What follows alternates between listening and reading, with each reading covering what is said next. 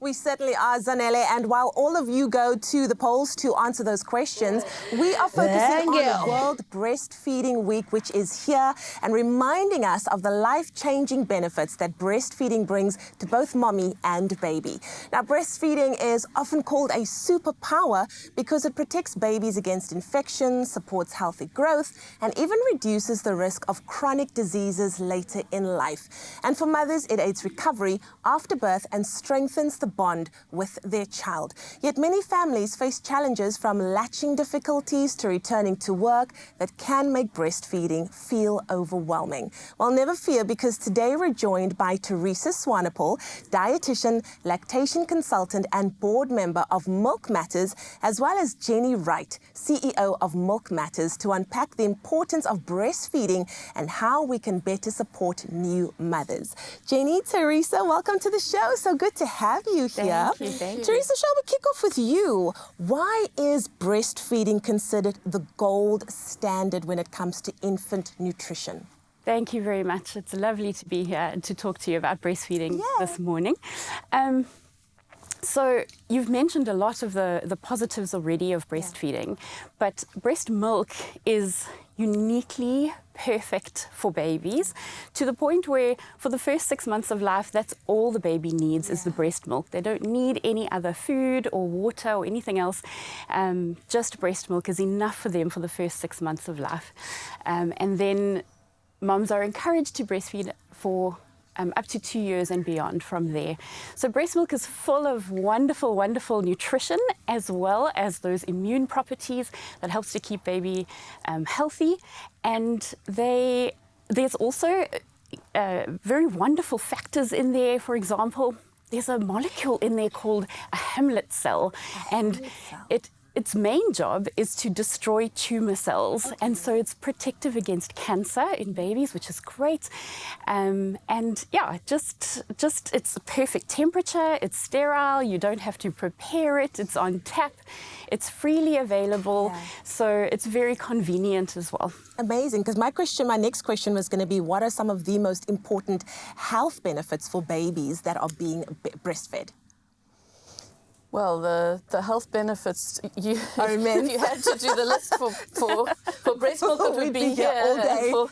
But like Teresa said, there are all those protective against infections. It's if you have got an infection, to get better sooner. There are amazing things like if a mother sits in the creche where a baby is going to go, she actually gets exposed to the sort of illnesses in that vicinity, because any mother whose baby's gone to creche, you know how sick they get frequently at the beginning, and you actually go and you breastfeed there, and your body will make antibodies to what is in that environment. Or if the baby gets sick and you're breastfeeding, your body, without you getting sick, will make that. So it goes far beyond all of those. But for the little prem babies that we feed with the milk bank, it is life-saving. So for all babies, it gives the best chance of survival and thriving and brain growth and gut maturation and all of those amazing things.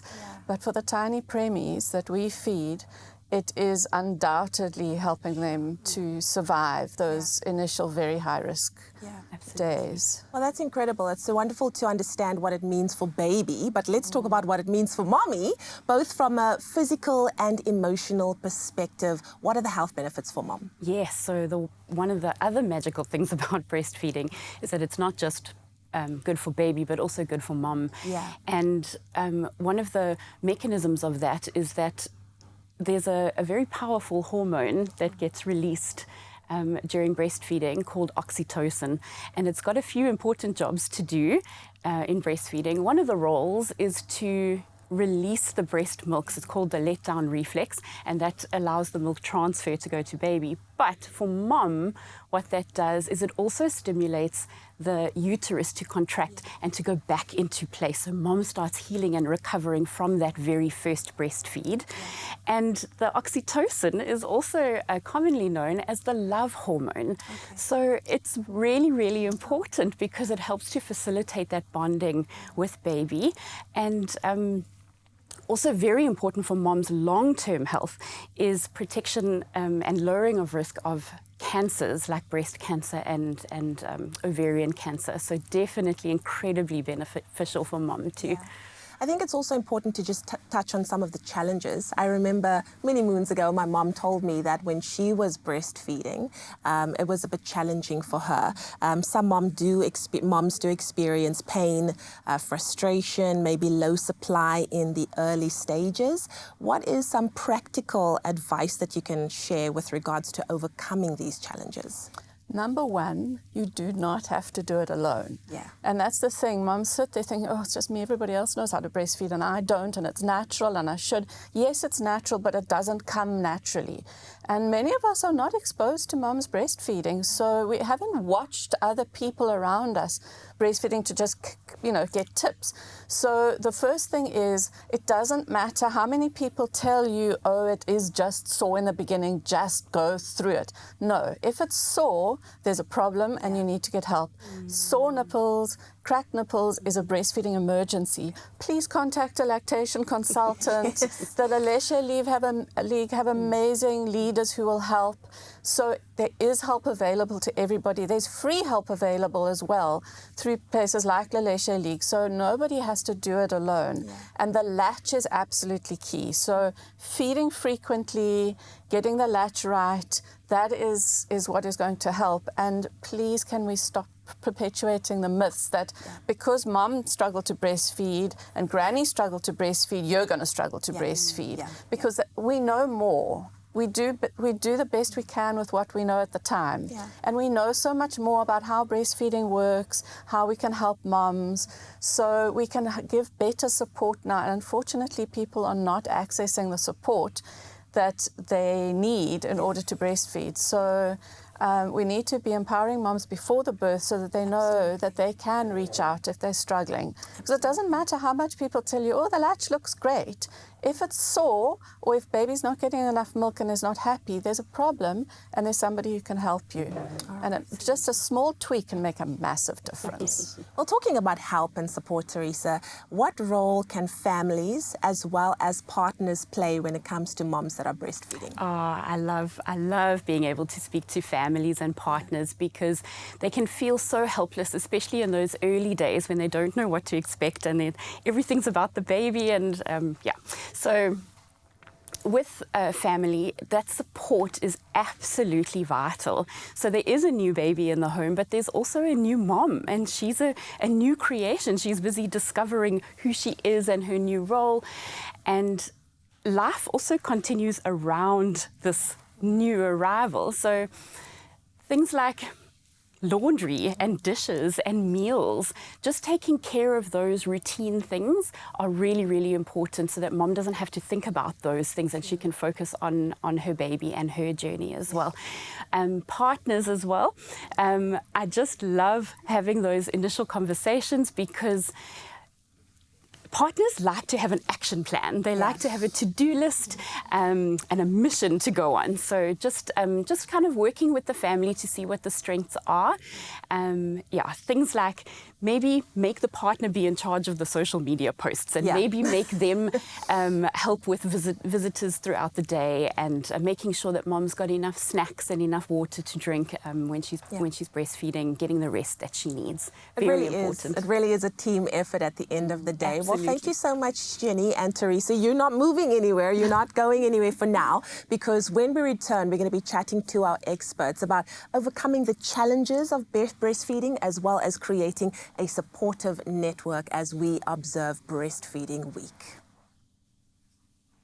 Oh, you can make my day. It's my feel-good breakfast show. Welcome back to your Feel Good Breakfast Show. It's Expresso right here on S3. Now, we're talking about breastfeeding, and while breastfeeding is completely natural, it's not always easy, and many mommies give up due to stress or lack of support or even having to return to work. Now, in this part of the conversation, we've got Teresa Swanepoel and Jenny Wright. They're sharing practical ways to overcome challenges and create supportive environments for every mom and every baby. Now, Teresa, returning to work work is probably one of the most common reasons that moms stop breastfeeding. What tips do you have for creating a safe environment and a supportive environment for moms in that situation? Excellent question. So preparing to go to work, back to work, is actually very, very important. So I do advise moms that even if they're in pregnancy, to start that conversation in the workplace so that they know what to expect when they come back. The Basic Conditions of Employment Act makes provisions for 2 pumping breaks a day, and so not all workspaces are exactly the same. So it is really important to speak to your employer to just make sure that most of those little adjustments that they can make, most of them are quite willing to do that, and that that you can just be confident that that will be there when you return. So a comfortable private room to be able to pump, perhaps some fridge space to store the expressed milk. So these little things can be very, very helpful, knowing when you come back that it's in place. Another great area of preparation for this is to invest in a good pump. And it doesn't mean that the most expensive is the best one. Good can be quite subjective, so could be cost-related, fit-related, it could be electric or manual or double pump or single, so there's lots to consider for mums. And it doesn't have to come down to pumping. I really encourage mums to get comfortable and confident with expressing their breast milk with a hand expression manual technique, which can also really come in handy when there isn't a power supply. So that's really important. And what will also help to build mom's confidence is if she can start practicing those techniques and start with those pumping or expressing routines about 2 weeks before she returns to work, so that she's comfortable with the mechanisms of everything, and that she also has a chance to build up a stash so that there's milk on hand for when it's needed. Yeah. Jenny, I know that there are many mothers who might feel guilty or even pressure when it comes to breastfeeding. What advice would you give them to kind of create just a safe space so that they can approach breastfeeding in their own way and in a way that works for them? I would say that it's important to get evidence-based information in advance so that you are not being overwhelmed by all these myths that tend to come and all these horror stories that mothers love to tell you before you have the baby. Rather, you know, something, instead of giving a mother bottles and things like that for a baby shower gift, give her a lactation consultant appointment so that she can go and actually get some practical advice. And to know that small adjustments in the latch can actually make a huge difference, so that she isn't going in thinking that all of that. And also that, can we as a society just support moms? Yes, please. You know, babies have to feed. So if a mom needs to feed somewhere, she needs to feed, and she needs to be comfortable to do that. And it's up to all of us to make sure she feels secure. And moms will cover up. And if you don't like the look of it, look away. Your head turns. Yeah, we were all there. We will survive. So, you know, mums are not there to be on display. They're there to feed their baby. And so if we can all make mums feel comfortable, then actually most of the time you don't even know the baby's feeding. You just know there's a happy mum and happy baby. I'm so glad you brought that up. You know, I how really much better is that for everybody, including baby? Exactly. So we need to be not bringing forward all that information that used to be given out that undermines and sabotages breastfeeding. With the best will in the world, that information is given, but it's not necessarily accurate. True. So I think that is the biggest thing, is acceptance and support, because it's an overwhelming time sometimes, but it doesn't need to be quite so overwhelming as we tend to make it. Exactly. I'm going to jump to this one. I know that Milk Matters focuses on donor milk for vulnerable infants. Can you also explain why this is so critical for premature or even sick babies? So premature babies, and we're talking about the very premature babies, we feed babies most of them are under 1.3 kilos, and when you think that an average full-term baby is 3.5 kilos. You can see how tiny these babies are. But many of them are 700, 800, 900 gram babies born at 27, 28, 29 weeks gestation. They're very, very tiny. And for those babies, they are particularly prone to potentially fatal complications And one of those is necrotizing enterocolitis, which is an inflammatory condition of the gut. And there is a very high mortality rate of around 50%. Now, breast milk, to a large degree, if a baby is kept breast milk fed, they're much less likely to get NEC. And if it is starting, it can help to stop it, to heal it. So we need to be getting enough milk in that these tiny babies, if their mothers can't give them the milk that they need, that there is donor milk. And it's very often the mother is very ill herself. Remember, we're talking very premature babies. So there are any number of reasons why they've come prematurely. And sometimes that is that the mother is very sick and the baby had to come to save either the baby or the mother's life or both.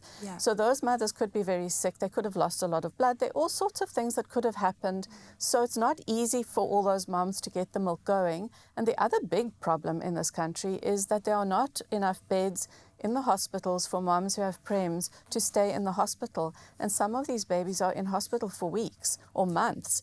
And the mother can't necessarily afford to come in every day. So at least if we can keep her tiny baby breast milk fed, that can save lives. Yeah, talking about saving lives, that is why we're having this conversation. Thank you so much to Jenny. Thank you, Teresa. Your insight has been immense, and we have absolutely loved this conversation and talking about breastfeeding and just making the journey of breastfeeding a lot simpler for mommy and for those that are supporting mommy as well. So thank you to our guests as we observe Breastfeeding Week.